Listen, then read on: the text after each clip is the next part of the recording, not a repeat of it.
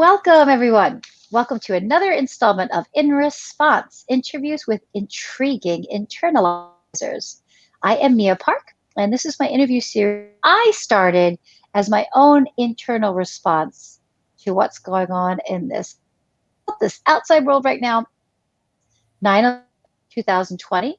We want to just take a pause a moment and think about what 9/11 means, especially to people who lost loved ones in the fall of the Twin Towers.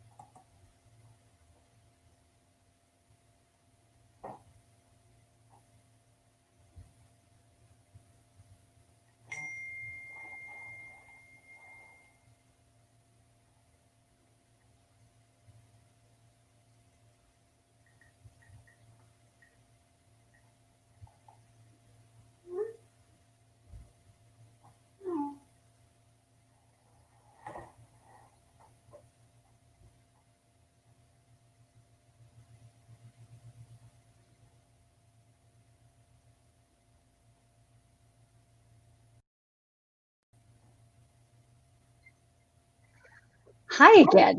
Hi. Oh my gosh, let's start that all over. This is modern technology, everybody. This is the way it goes. Okay, so we're going to start all over again. It's nice to have the opportunity to try again. We do get those opportunities. Okay, so here we go. Hi, everyone. My name is Mia Park, and this is my interview series In Response, interviews with intriguing internalizers. And I live stream these interviews on my Facebook and YouTube channels. And so that's why sometimes technology gets the best of us and we have to do things like start over, like today. But I'm really happy that it seems that we're working now. I'm excited to talk to Tricia Fiske. Yay! And Tricia and I have known each other for, I don't know, 10 or 15 years or something like that through the yoga world. And Trisha's a long time experienced yoga teacher for 20 years in the Chicago area. And yeah, she's always been a very kind soul and very gentle. And also just another one of these people that do something really well and have a lot of experience in it, but is so humble and very authentic and believes in everything that she does that way. So welcome, Trisha. Welcome. It's wonderful to be here. Yeah. Is there anything else that you would like people to know about you? Hmm. Um, yes. I've written a book recently, co-authored a book with a friend, Marianne Cerrone. You're trying to hold it up straight. And I think it's a really useful book for right now. One of the things that unfortunately is happening in the yoga world is we can't touch each other anymore. So even if you're at a place where you can go back into the studio, we still have to maintain our distance from each other. And so you can't get those wonderful little adjustments from your teacher to help you when you're in the poses. So my book is about using props to find that alignment in your body. And I know a lot of yoga students won't use props. They kind of think of them as means I don't have a good practice if I have to use a prop. But for times like right now, it's really wonderful and using props and it'll make up for what the teacher can't come and do for you. So it's all photographs. Oh, that's cool. And Yeah. there's information on that book in your bio. We've got links. So Yes. I'm curious, did that book, was that book conceived and created during the pandemic? No, actually, it was created about 2 years before. Interestingly enough, yes. There ain't no coincidences. Right. And actually, just to put context to this interview, it is September 11th, 2020. And September 11th, of course, is an anniversary where there was a ripple in the force, as Obi-Wan Kenobi would say. So we just want to acknowledge that today's a day to remember that. And we still have this fight for racial equality, and we're still struggling as humanity with the virus and how that's affecting everyone, filling people with fear and changing the way that we're relating to each other now. So that's how I'm seeing the outside world in a very big overview. But I'd love to hear how you're seeing your outside world, if you can share that with us, what that outside world looks like to you, and then what your internal response is to that. Well, my outside world is I have the opportunity through social media to really communicate with a lot of people. And interestingly enough, through yoga, I'm communicating with people on a global level where I never was before. I mean, I now have students in Germany and Australia, and it's pretty amazing. But it's also fascinating how everybody is struggling with so many different things, right? Everybody's world is pretty scary right now. Um, but for totally different reasons. There's a person at home with 5 kids that they're homeschooling, and then there's people like me who are finding themselves kind of alone and lonely. People trying to work, people who lost their work. It's pretty intimidating time right now. I think there's a very constant level of anxiety for people, and yet an anxiousness to reach out and communicate in any way you can. I find that through Zoom, which is the weirdest way to have relationships, people are really generous and open and forgiving about all the technical issues that come up. They just want to connect. So that's the lovely thing about it. I think people are connecting in ways that they wouldn't have thought of before. And they're patient and generous with that as well. That's That's right. right. It's It's definitely a definitely a strange strange world world connecting that connecting way. that way. Speaking of Speaking being of, forgiving of technical stuff, oh, okay, it went away. I just had this huge echo, and I'm going to keep talking to you, but I'm going to close the doors because I'm in a place where there's ambient noise I wasn't aware of happening. So, but we can keep chatting. Again, we're live, and this is going to be a podcast. So if you're listening to this as a podcast, this is what it was like in September 2020, trying to do a live interview online. So, but we'll keep chatting. Okay, Tricia. So you talked about the outside world, and that is good to know that that's how that is looking for you, and the fact that people want to connect. Um, so I heard you very bravely mention and vulnerably mention that there's some loneliness involved with being in this pandemic situation, and that there are a lot of people who are physically alone in so many different ways because we're being asked to physically distance ourselves. How is your internal world responding to that? Hmm. Well, and I will say this too, just to make it clear. So, right before this whole thing started, I went through a divorce. So, totally, really being alone, except for my two lovely cats. I have two lovely cats who keep me company, but Jack, right? Am I remembering? Jake, Jake, Jake. I remember when you got Jake as a kitten, and he was like the love of your life. He still is. That's great. he still is, yes. So, one of the things I decided was to kind of look at, I mean, of course, being alone isn't a fun thing if you're not used to it, but why was there a little fear around that? Because we were talking a little bit before, and people were still reaching out to me. Still lots of FaceTime and phone calls and stuff. So I decided to do some internal work on my fear of being alone. So I got into therapy, which of course you can do online now. But I started some self inquiry as well. And one of the things I've been doing with a friend is it's called spiritual companionship. And we meet once a week. She has a very lovely garden. So we're now that we can be outside, we socially distance and we sit in her garden. And she asks me every week how I've met my source. So, of course, that's whatever God, goddess, source, whatever that is to you. And then we kind of talk about the the way I've been nourished during the week rather than the ways I've been fearful during the week. And I just find it really, really lovely. And then it'll get emotional a little bit, and then I get up and walk around her garden, and everything clears up. You know, I talk to the chipmunks and the squirrels and the birds and the plants, and then come back, and we sit again. So I found that going in and kind of looking at what is the fear about has been wonderful in really letting it go.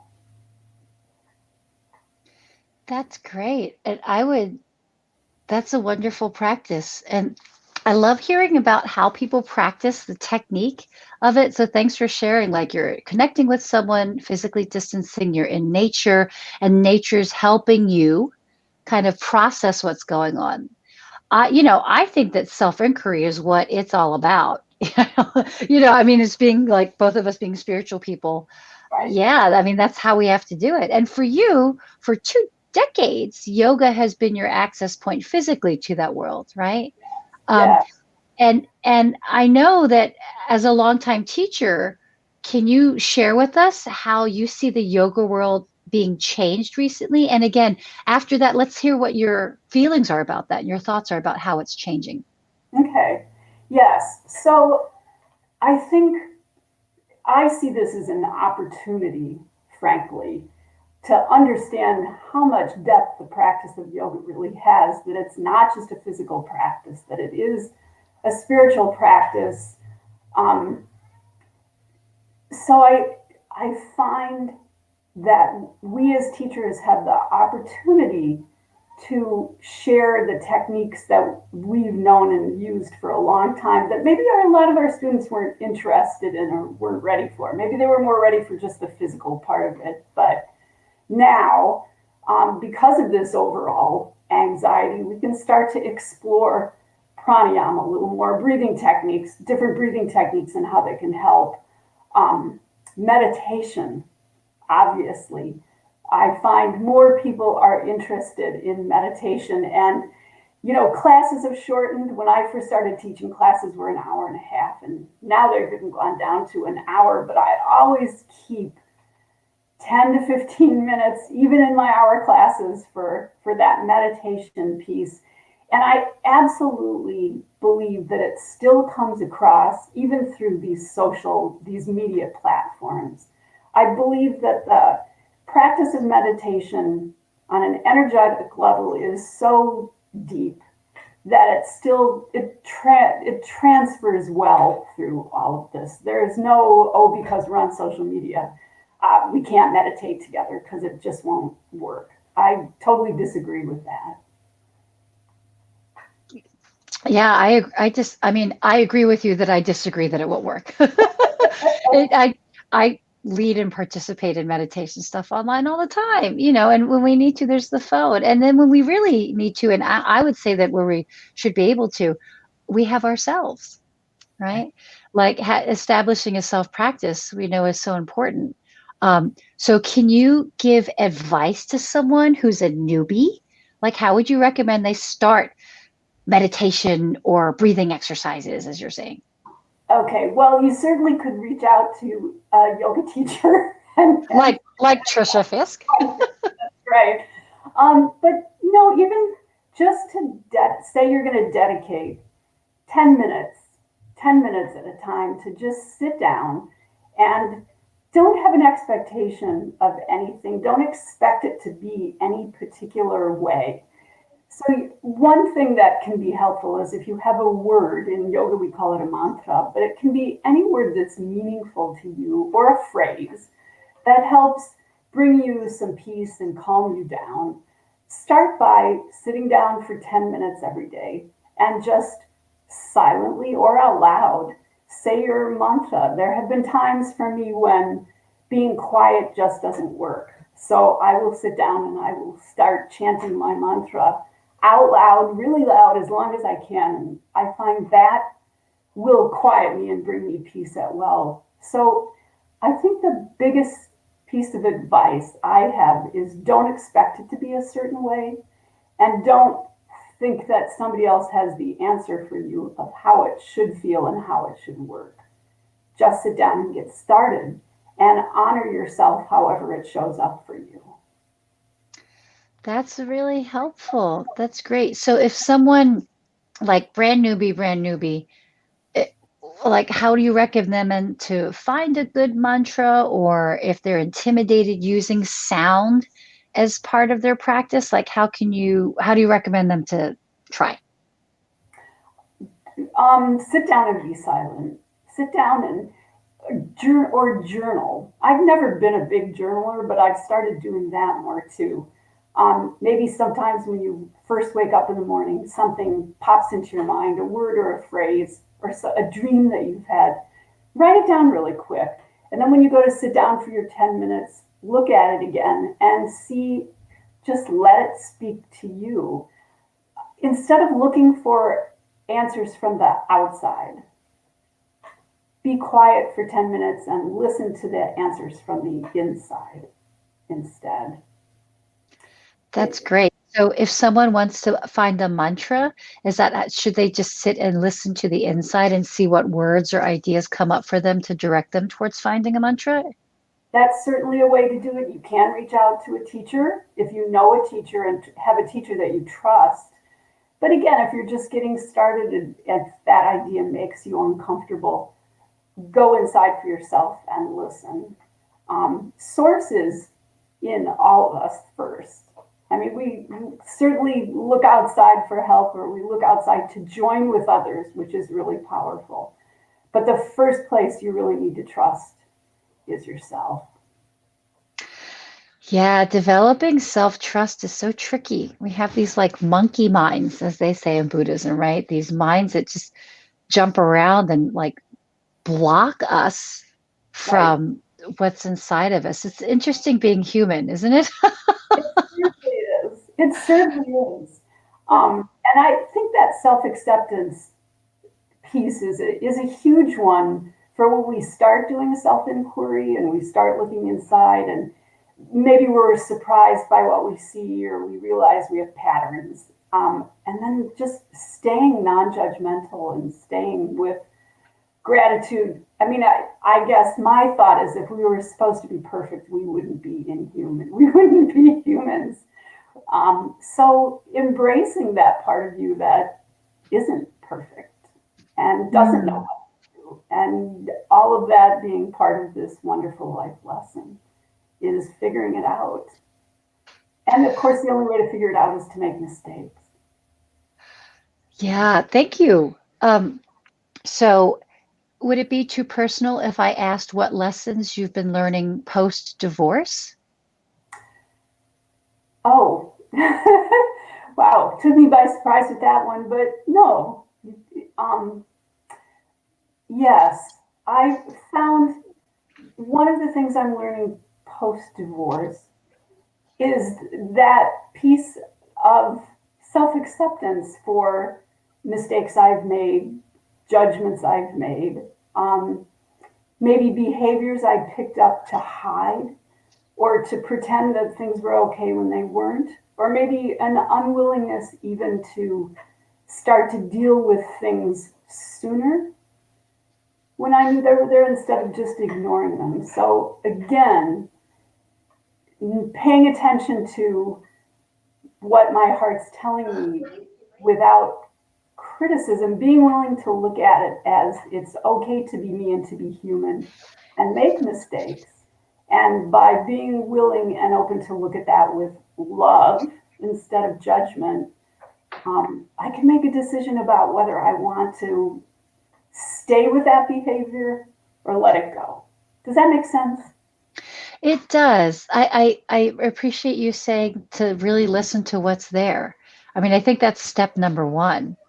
Um, you know, I have been practicing a lot of Tai Chi lately in this Taoist system. And in that, we often talk about the gift of pressure, that without pressure, there's no, and that's physics, right? Without some kind of pressure, there's no change.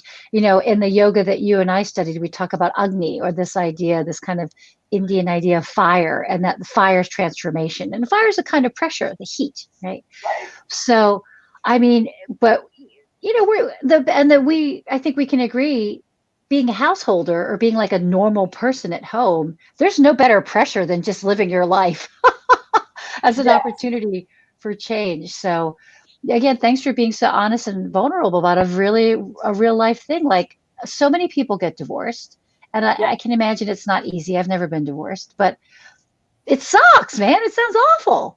It's pretty rough. Yeah.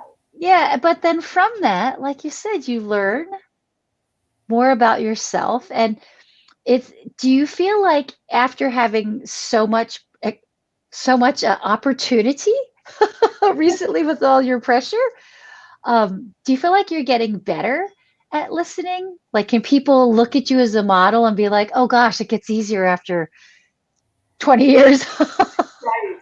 I think, yes, I'm less fearful. In fact, I would say, at least right now, I'm at the point where whenever something feels disruptive or unpleasant, I'm almost anxious to look at it because my experience in doing that has been so positive that it's almost like, oh, if that makes me uncomfortable, okay, let's get in there and start to look at this. Let's start taking it apart.